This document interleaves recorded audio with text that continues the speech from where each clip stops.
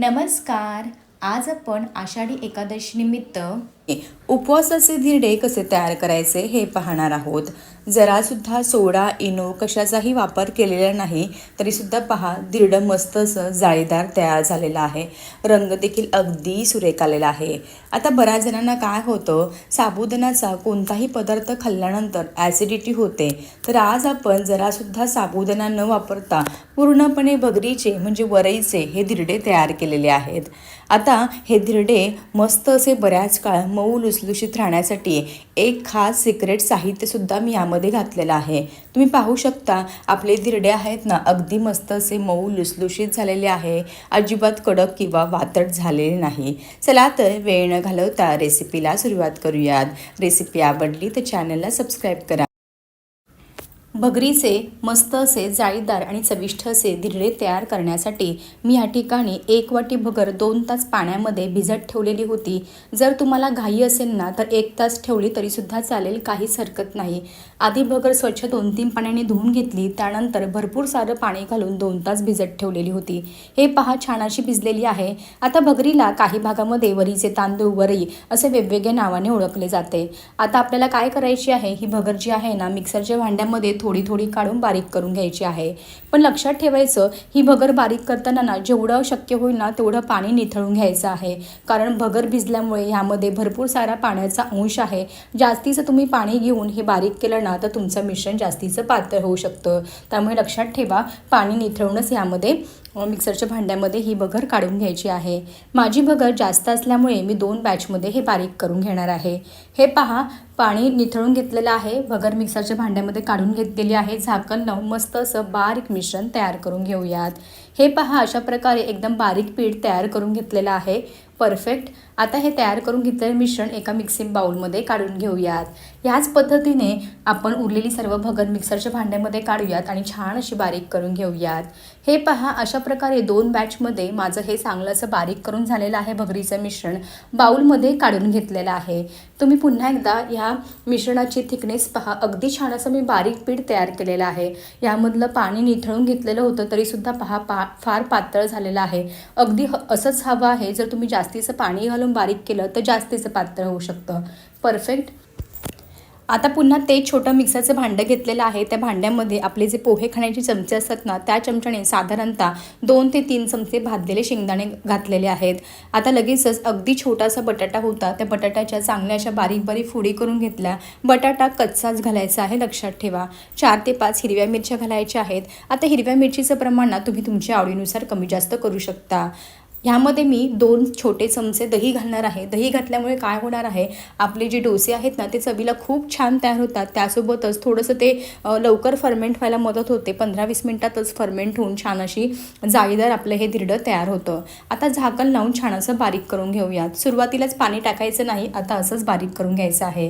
हे पहा अगदी मस्त असं मी बारीक करून घेतलेलं आहे. बटाट्याच्या मोठ्या मोठ्या फोडी अजिबात शिल्लक राहिल्या नाही पाहिजे. अगदी छान असं बारीक करायचं आहे. आता हे फार घट्ट आहे त्यामुळे त्याच्यामध्ये मी ना साधारणतः 3 ते 4 चमचे पाणी घालणार आहे.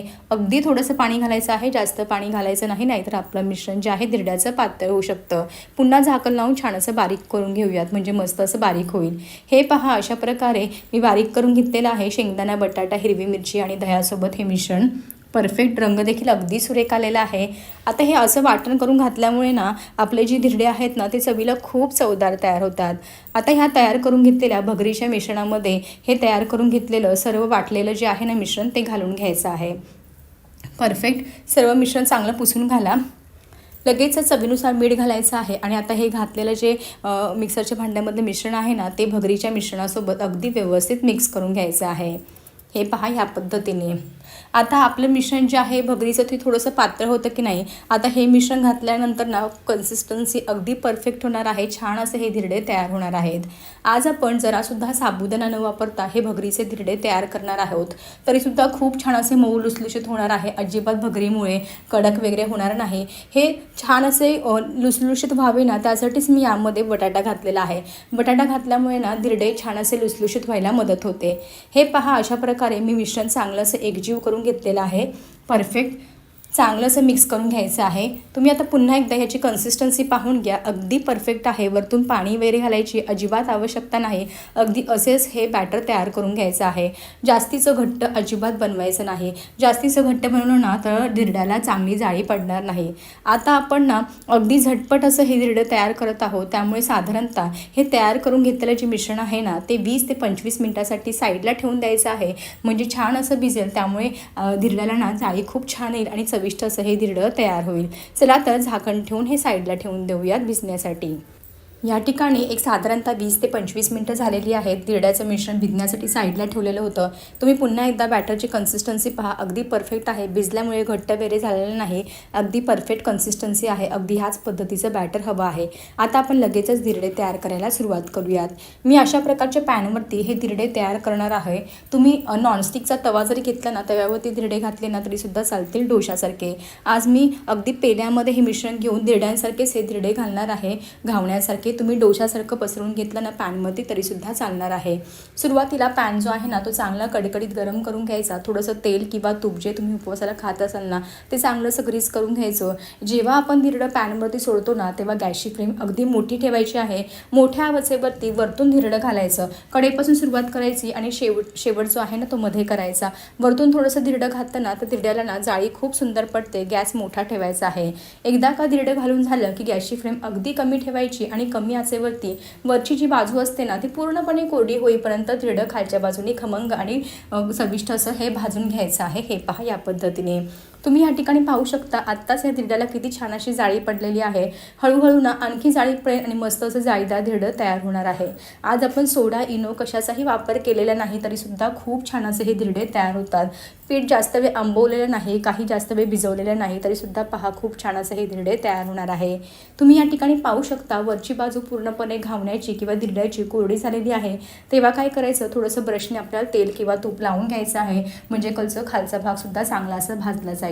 आता कडा ज्या आहे त्या कलथ्याने सैल करून घ्यायची आहे आणि धिरड्याची बाजू बदली करून घ्यायची आहे।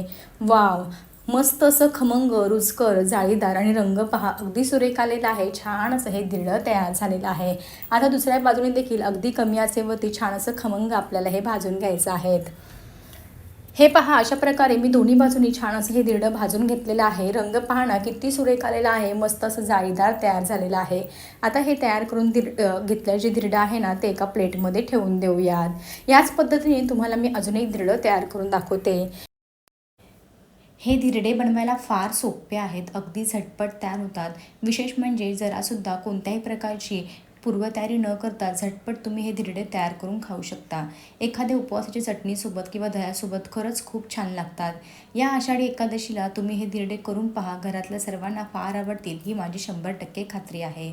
चला तर असेच भेटूया एका नवीन आणि सोप्या रेसिपीसोबत। तोपर्यंत मस्त खा आणि हेल्दी राहा।